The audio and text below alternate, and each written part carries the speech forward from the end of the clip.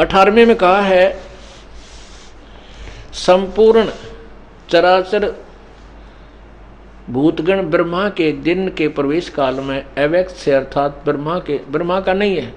संपूर्ण चराचर भूतगण इस ब्रह्म के परब्रह्म के एक दिन प्रवेश काल में अव्यक्त से, अव्यक्तात् यानी उस अव्यक्त परब्रह्म बोलिए, यहाँ गलत लिखा है इन्होंने, परब्रह्म के लोक से उत्पन्न होते हैं और परब्रह्म की रात्रि के प्रवेश काल में उसी अव्यक्त में समा जाते हैं, यानी परब्रह्म ही के लोक में चले जाते हैं,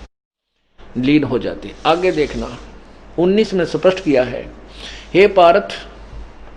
वही यह समुदाय उत्पन्न होकर प्रकृति से वश हुआ, रात्रि के प्रवेश काल में लीन होता है, दिन के प्रवेश काल में उत्पन्न होता है। अब 20 में कमाल कर दिया, परंतु उस अव्यक्त यानी परब्रह्म से परे जो दूसरा अव्यक्त, अन्य जो दूसरा अव्यक्त है, सनातन अव्यक्त भाव है, वह परम दिव्य पुरुष सब प्राणियों के नष्ट होने पर भी कभी नष्ट नहीं होता।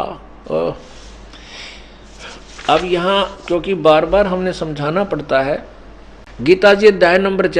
7 के गीता जी अध्याय नंबर 7 के श्लोक 24 और 25 में ये गीता ज्ञानदाता कहता कि मैं अव्यक्त हूँ और मैं अपनी